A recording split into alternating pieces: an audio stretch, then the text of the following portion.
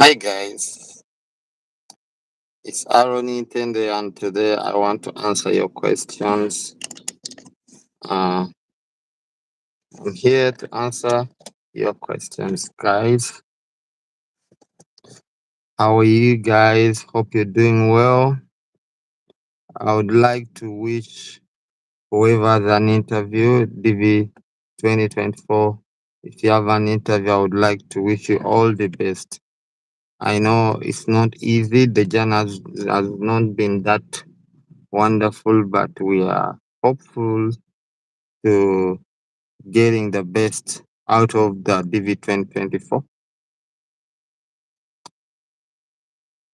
So, how is everyone here? If you are here, you can comment so we can talk about anything you want to ask me personally. For those who don't know me, I'm Aaron Intende and I'm living in Massachusetts. I came to USA using dvlottery. Uh, Hi from Mozambique. Hi Alice, Geronimo. Hi, how are you? Mozambique. I love Mozambique. Yeah.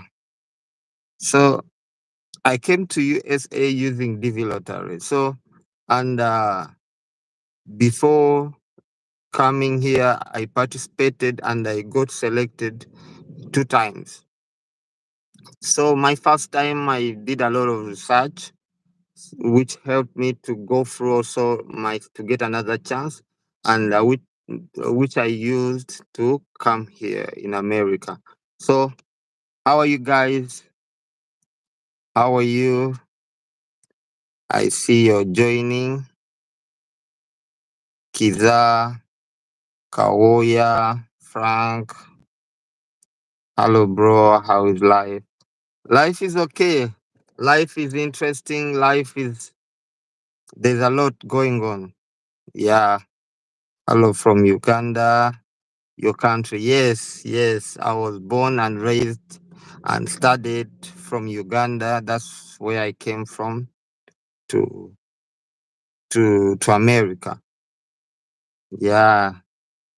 So how are you guys? How are my Ugandans, brothers and sisters there? How is Uganda taking you? Uganda is full of politics.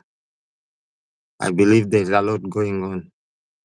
I see on social media a lot of politics each and every day. Yeah.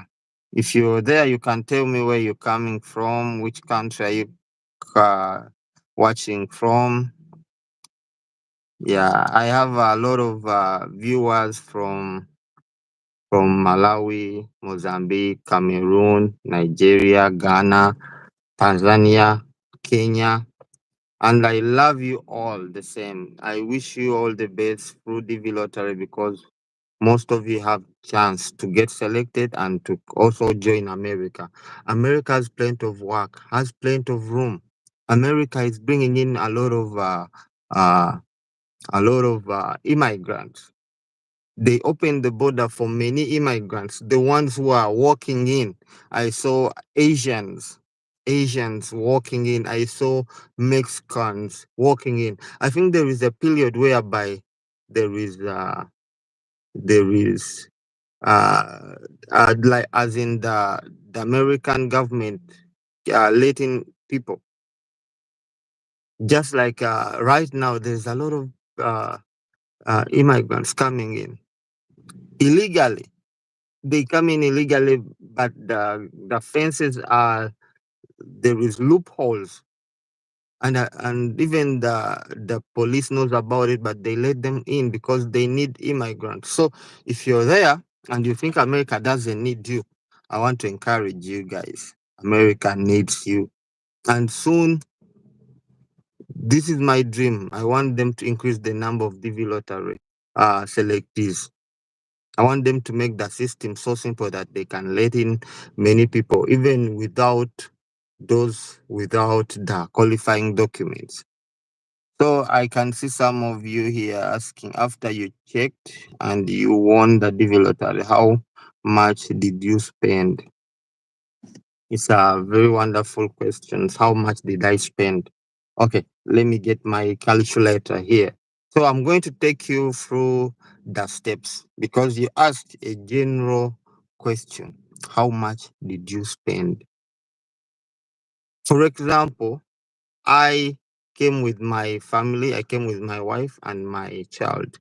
But to be frank, I'm going to be specific and individually, like I alone, how much did I spend on myself without spending on my wife or my child?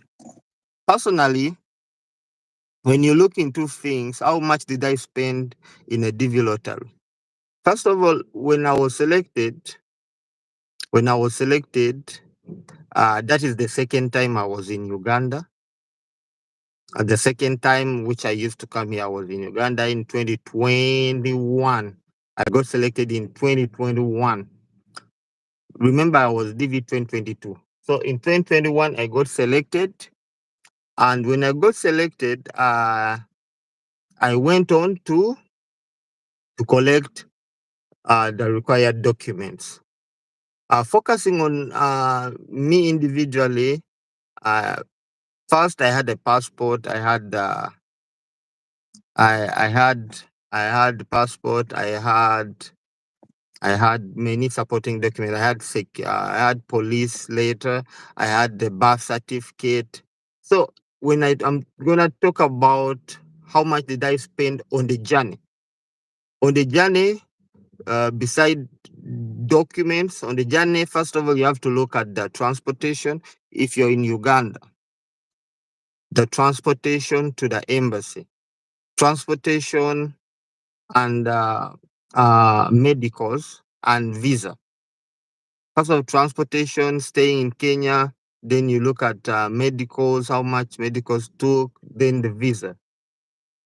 That one, if I'm to calculate, and I would say uh, for the medicals, my individual medicals, vaccines, it took like 200 $200. Let me say 230 because I had hepatitis B. I had it already. I had the yellow fever vaccine because I used to travel. I had it already. I had the COVID certificate. So whatever I didn't have is what they gave me. What did I have? I didn't have a last dose of hepatitis B. That one they gave it to me and they charged me. What if I had a forged uh, last dose, like I had it? They wouldn't have given it to me. But I had not done anything. The only thing I had, I checked myself and I had the antibodies of the vaccine. I talked to them about the antibodies and they said, if you have that document which showed that you have the antibodies, we wouldn't give you the third one. But now we need to show the government that you have all the necessary uh, hepatitis B uh, injection. So they gave me the third one. It hurt me since I never wanted any kind of a vaccine at that moment, but they needed me to have it. So when I'm looking at the medicals, they charge me around 230. And also there's a few other vaccines they gave me, especially those vaccines are for mostly in America. They gave me a few other vaccines, like one or two. Then they gave me also a flu shot.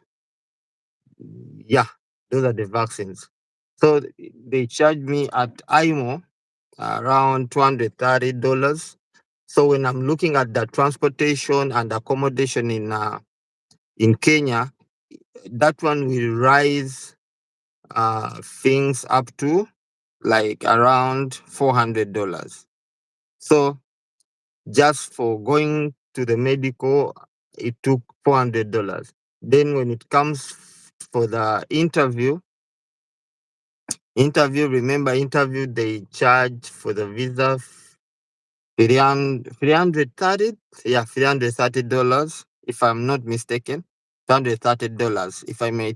If I'm to add 400 to $330, that is 730 plus transport and other other expenses. I would say 900 $900. At that moment, we are spending like $900. So it's not that expensive if you can organize a way to pay this kind of things. Like you can borrow some money. It's not that expensive. Yeah. So around $900 I used on myself. Yeah, around $900. So if you're to talk about after the visa, yeah, air ticket is quite expensive. Air ticket will take you something around 900 to 1000, 1300. Mm. $900 to $1,300. So the whole process might take you around $2,000 just to get the visa and to travel to America. Travel to America. If you have any questions, those who are just joining, if you have any questions, you can put it. I still have an hour or 30 minutes for you guys, so we can talk about DV lottery and other issues about America, work. You can ask me anything about work because I believe you guys are coming to work here or and to live here. You can ask me anything. You can ask me. You can put a like and you can share to anybody. If you want me to invite you, I can invite you on this live. I can invite you if you are there and you want me to invite you so you can discuss a few points you wish to cut across. So, uh, somebody asked me about after you checked and you won the developer, how much did you spend? Individually, I spend around $2,000. That is just for the process. For the process, uh, medicals, and medicals, visa, and traveling. When I'm talking about traveling, I mean traveling to America and traveling to Kenya. Since I was in Uganda, traveling to Kenya and other expenses, I spent like $2,000. And also, on those $2,000, there is that air ticket to America, which took around $1,000. Just to, since when you get the green card visa, DV lottery visa, you just have to book a one-way ticket, air ticket. And that time I booked Qatar. Yeah. So another thing is that, can you help me in getting me a house because I don't have anyone in America? What can I say is that I only have you and you can not host me and you cannot host me. About hosting people, guys, we can talk. Hosting you, you have to come to me.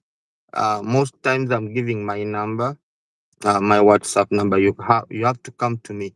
I can host somebody, but there is a condition. It's a conditional hosting. I can host you under my conditions, and it's payable. It's payable. Yeah. Some people are charging whatever, but if I'm hosting you and I ask you a certain amount, that amount will cater for the first month when you come here. Yeah, and I will be helping you to get you job, to get you those papers. I mean the green card and the social security. I'll be helping you like as a brother or a sister. I'll be helping you. I'll be helping you like you're my sister or you're my brother. That's how I'll be helping you. But I will charge you because if you're coming to my home, or else I can get you another place. If you have good money, You wanna rent? I can get you any place you feel like renting. I can get you a bed space, or I can get you an apartment or a room. There is several places where you can go and live with your wife or alone or with your kids and start up life. But here in Massachusetts, Boston, Waltham. So, what about adding your spouse after you have won the lottery? What is the chance of getting an interview and visa? Okay, guys, that is a very, very interesting topic because that's what I did. So this guy is asking, Wins TV is asking, what about adding a spouse after winning the lottery, the DV lottery? What is the chances of getting an visa or a visa, an interview and a visa? Okay, it's like this. I'm gonna give you a story, and from this story, I'm gonna answer your. I'm gonna answer you. Drop contact. My contact is +256 757 04 82 89. Again, +256 757 04 82 89. That is my WhatsApp. Again, I'm gonna mention it. +256 5 no +256 757 04 82 89. So this question is so important. Yeah, UG. Okay. What about adding? So this person is asking, what if I win DV lottery and I add somebody as my spouse? Because by when you win and you're single, that means you're going to add someone as your spouse. Let me say you just want to help somebody, or you want to add your girlfriend. You don't want to leave your girlfriend, or you want to give a chance to your girlfriend, like you want to take her or him. I believe this is a very broader topic to talk about because each of you guys have a life, and you have not been living together. Let me say you have been girlfriend and boyfriend and you have not been living together. Okay. If you have been living together, what do you need to understand? Or if you have not been living together, what do you have to understand about this case? If you want to add someone to your case, this is what you have to do.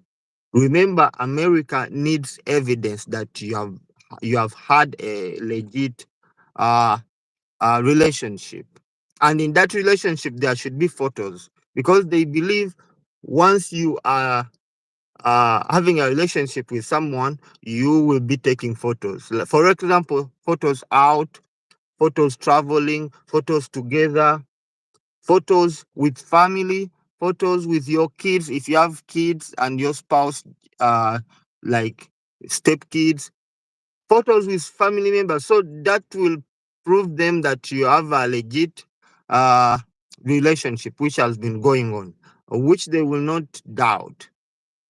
Another thing, they need a marriage certificate.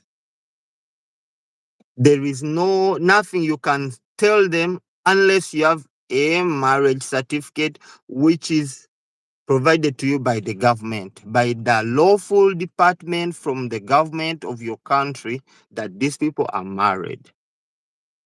Leave alone these scenarios where people make local traditional marriage. In my country, Uganda, they call it Kwanjula, and they are given a letter from the parents or from the relatives, both ends, signing that these people have traditionally been married. If you want to get a legit legal document, you have to get that one. Then you also uh, get it. Go to any church, talk to the people in the church so they can get you that uh, legit that legal document, the marriage certificate. Awoli Stella. Hello, brother. Praise God. Praise God. Mayambala, Uganda, bro. Okay.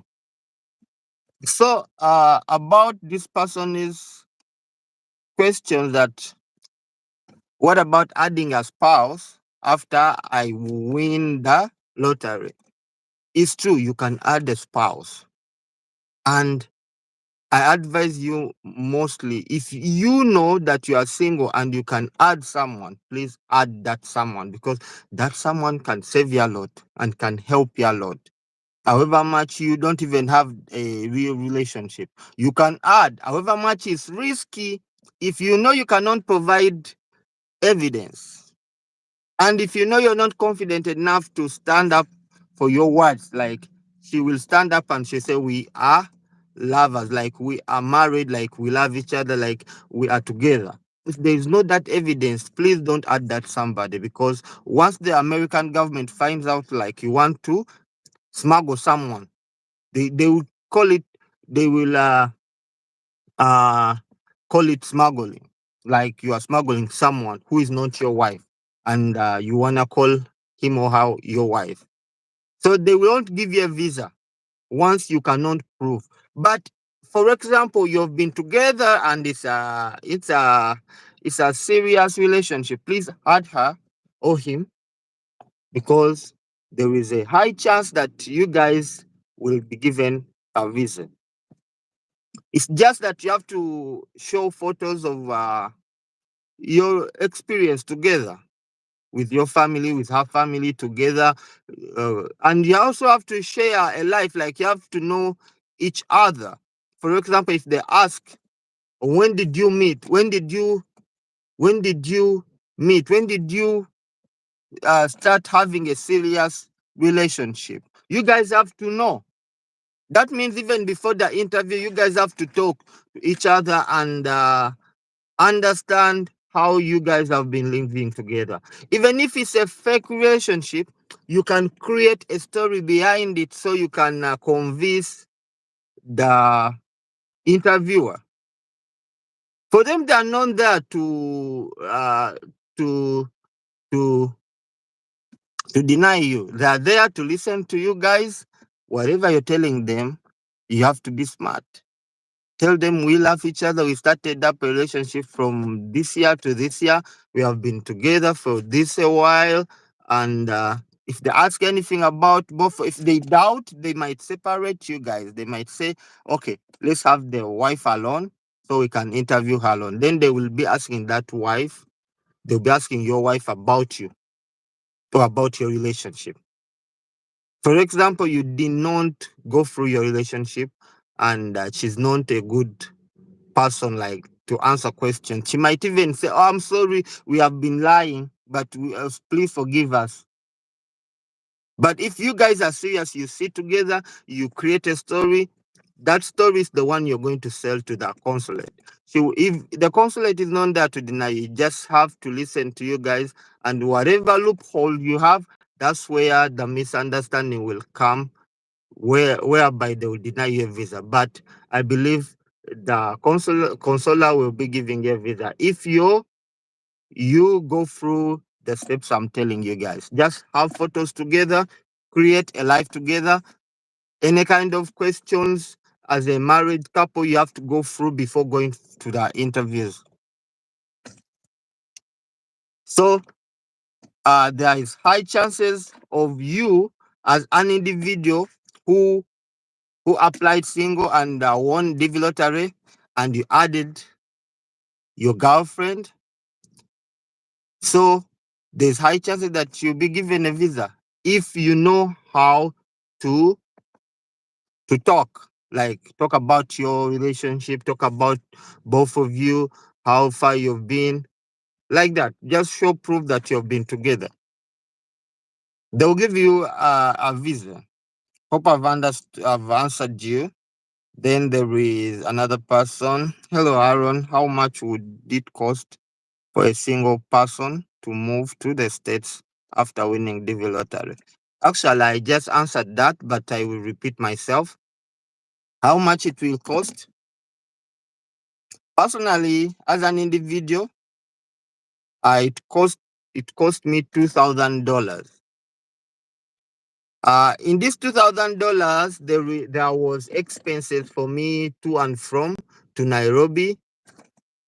Those are expenses like getting a place where to sleep, then getting a place where to sleep. It took me like, let me say, $200. Then another $230. That was the expense at the medicals.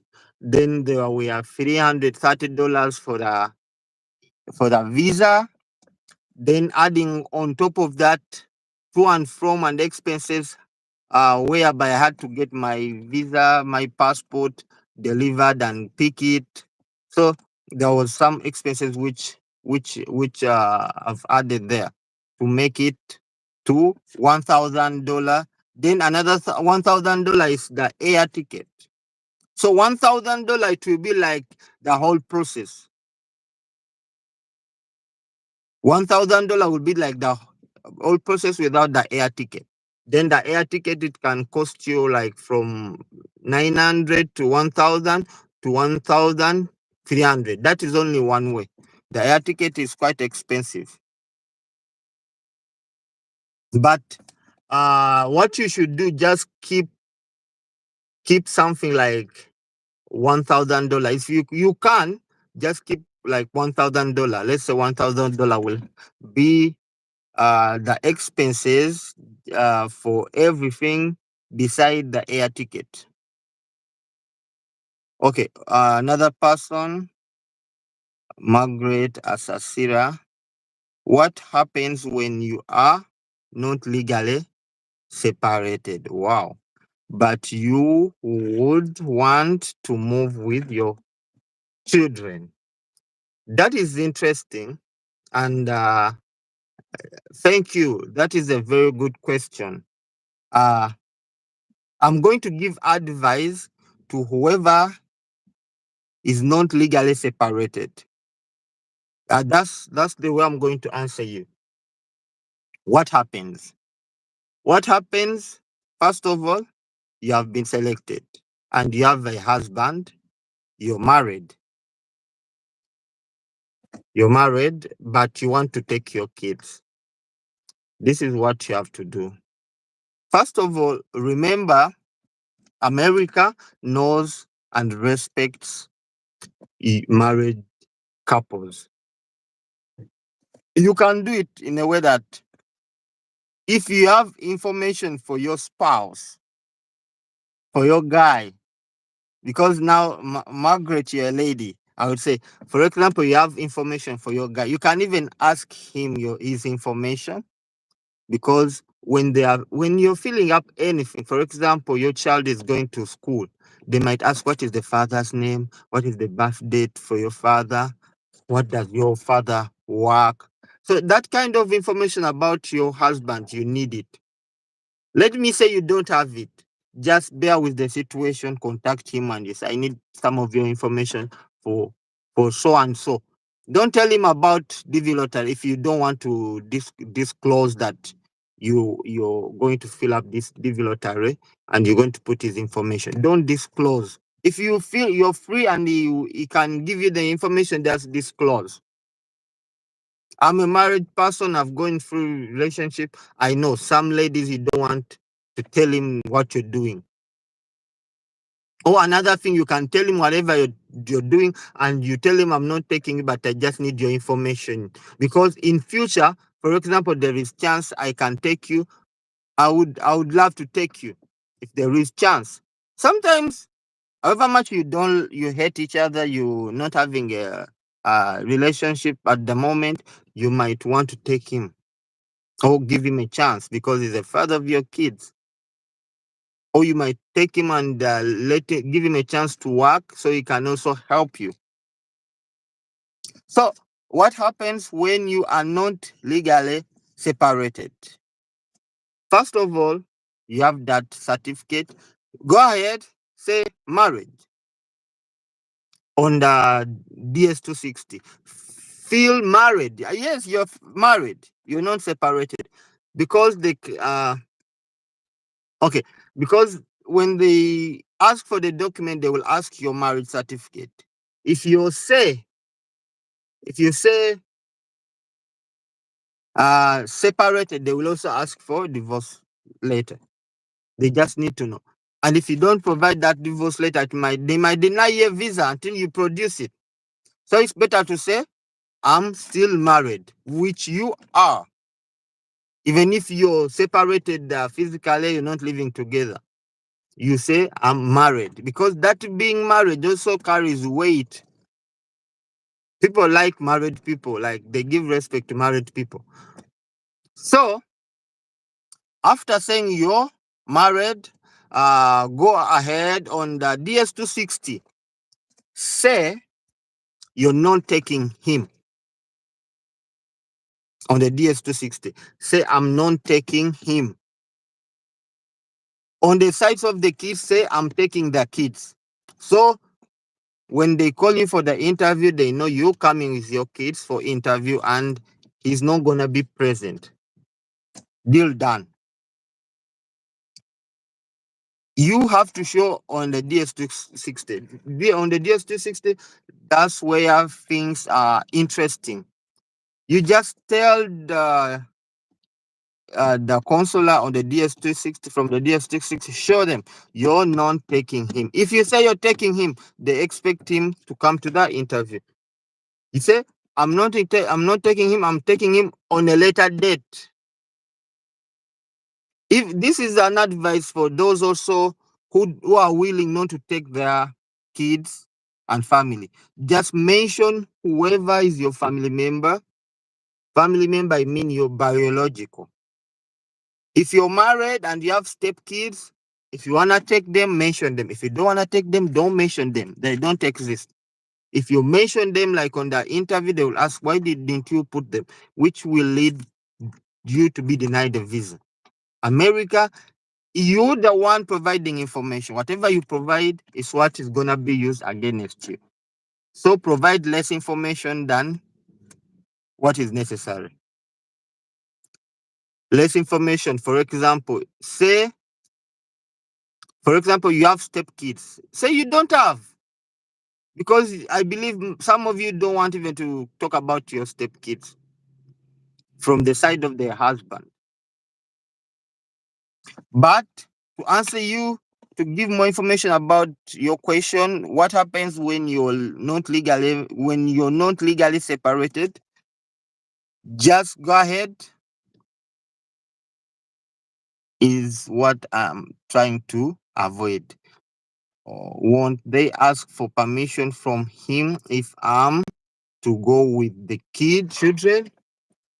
Permission. Now, what I can ask is, that permission. Uh,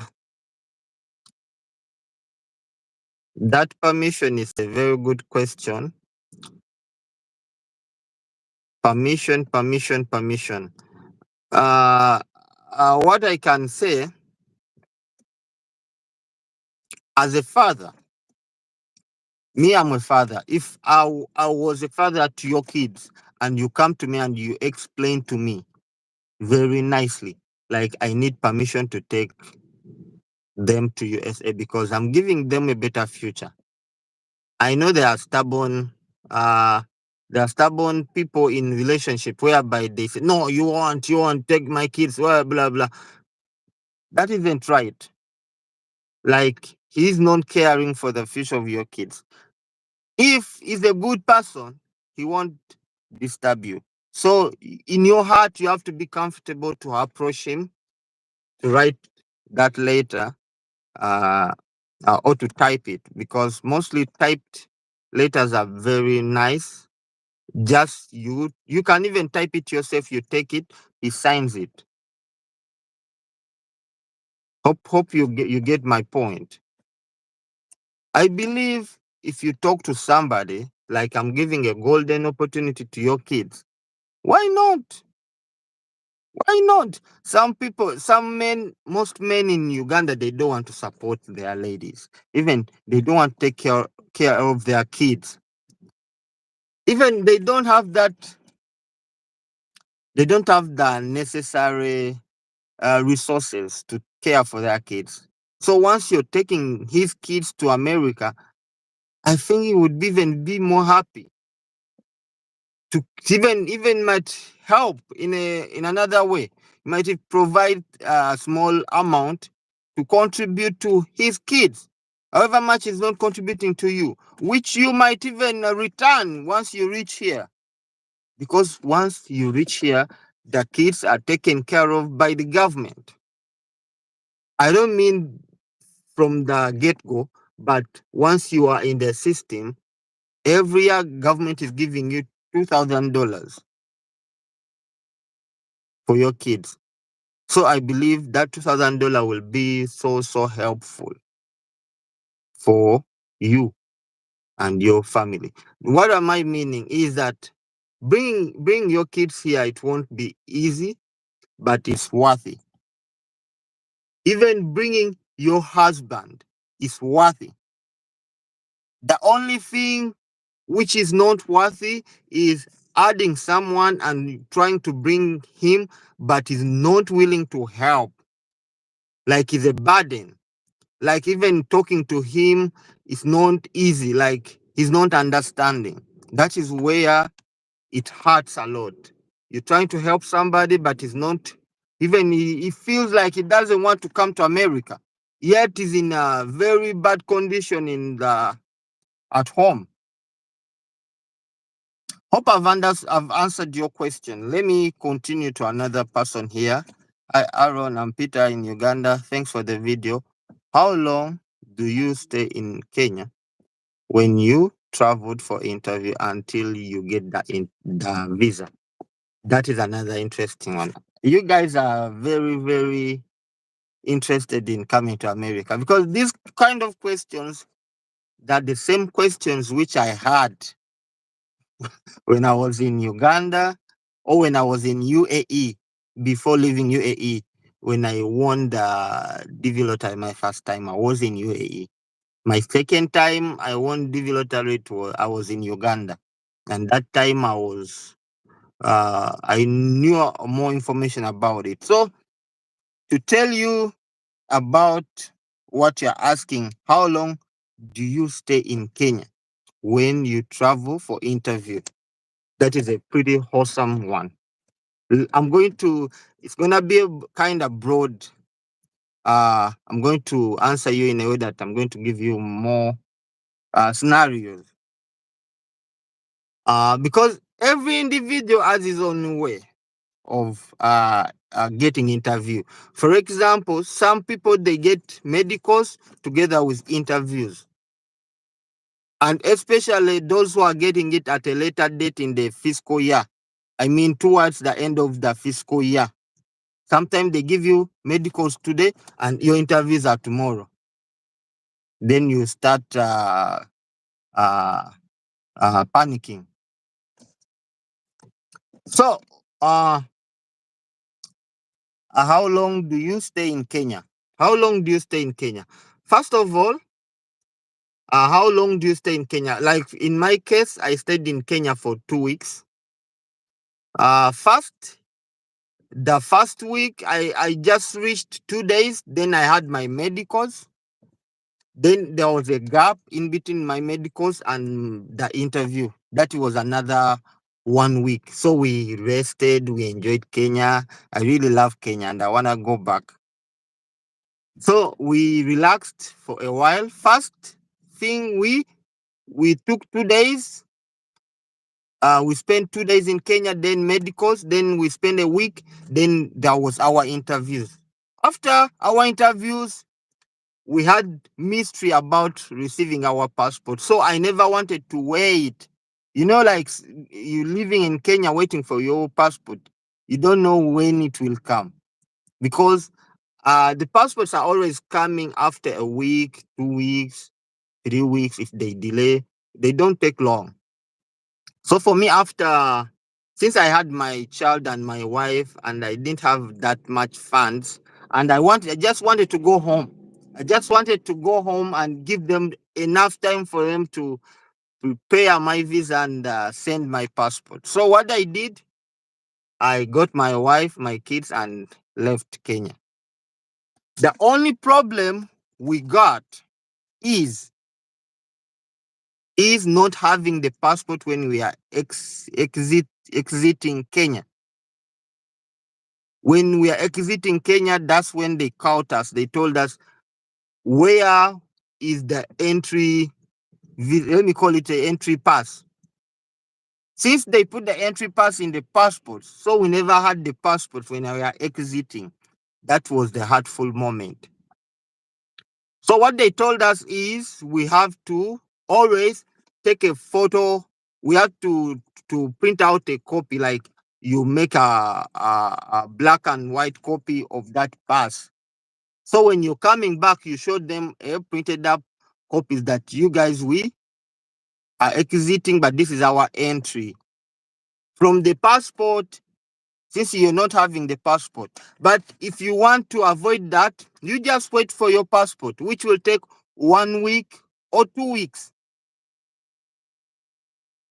But remember, when you're done with your visa, like when you're approved, they ask you guys to register for the DHL to deliver your documents. So you have to choose a preferred branch. Me, I always choose the area which is near to the Uganda borders. So in my case, I chose Kisumu, and that's what I always advise Ugandans to do. Those who are coming home, so they can wait for the passports to be delivered from home. All right, hope I've answered your question. I've given you a scenario. But for those who don't have interviews together, like you finish your medicals and your interview is alone. So you will go for your interviews. For example, you have your interviews like on Monday, you can go before Monday. You can spend 2 days before the interview, or you can go 1 day towards your interview. Avoid going, for example, you're going now and your interview is tomorrow. Avoid that because you will be delayed by the buses. You never know. There are certain buses, Ugandan buses or Kenyan buses, which take you to Kenya, which have problems. I've heard of stories like the bus got problems. We had to move off. We had to get another bus. We had to get another means. So avoid going like today and tomorrow you have the interview. Go 2 days before your interview date, especially those using buses, unless you have your personal car. You're rich, or you have a flight. You're rich, you can take a flight. That is all right. Like take a flight in the night and in within an hour you're in Kenya. So hope I've answered your question. So if your interview is separate from the medical, it will take you say similar to 2 weeks, 2 weeks to 3 weeks. Once you finish your interview, the passport takes 5 working days, 4 working days to be delivered. And there is a system whereby they will be updating you via text or email. So, uh, Tina is asking, hi Tina. Tina is asking, our interview is on Thursday. I want to know the questions they ask the children because my husband is ready in US. Your kids, they will ask they will ask your kids, or they will ask you, what is the name of your kids, what is the date of birth, who is the father. uh yeah, that is they won't ask much since you're immigrating. They just need to know if your kid has a birth certificate, which has your names and your husband's name, the father. So those are the kind of questions which they will be asking. What is They might even ask your kid, what is your mother's name? When were you born? They don't ask much. They are not there to fail you. So if you're provided the birth certificate, they will look at the birth certificate and they'll ask you, so when did you give birth to this kid? Does she stay with you? Don't be afraid. If the kid is yours, they won't ask any other question rather than the normal questions So another question is regarding the marriage certificate. Describe you got this certificate. Did you need a get the marriage certificate in church, or you go straight to URSB? What are the requirements as at URSB? URSB, now you're taking this too far. You don't URSB, they're just satisfying you. They just need your money and yours and a church. You have to go through church. Don't take your certificate straight to URSB. Just get someone in the recognized churches to satisfy it for you. Just pay. That's how I did it. For me, I went to church. I had the marriage. I married through the church, and everything was legit. So we waited for the church to deliver the certificate, which took like 2 to 3 weeks. Yeah. For me, once I got selected in my second time, I took long without submitting a DS260 because I wanted to do everything in the right way. I never wanted to retrieve my DS260, meaning I never wanted to unlock it.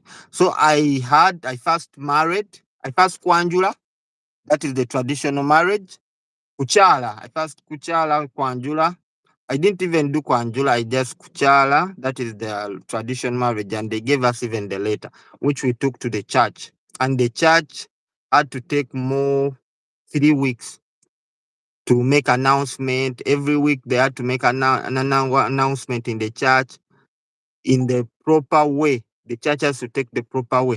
After that, we got married, and after the marriage, we gave them time for the URSB to deliver our certificate. The moment I got the certificate from the URSB, that is the moment I went on to submitting the DS260 because that time we had supporting document. Do you need the affidavit of support again? It depends which affidavit of support. Actually, if whenever you have doubts, just get an affidavit of support. Whenever you have doubts, for example, you want the father to give you a letter that you can take his kid. If you're married or you're not married, if you need that letter, just get an affidavit of support. You can get an affidavit of support from the lawyer. The lawyers, they will write to that the father allowed it, and let the father also sign, and you two sign. That is how you can beat the missing information. Just get an affidavit of support. An affidavit of support can support your name, can support a marriage, can support anything. It's just affidavit of support which comes from the lawyer.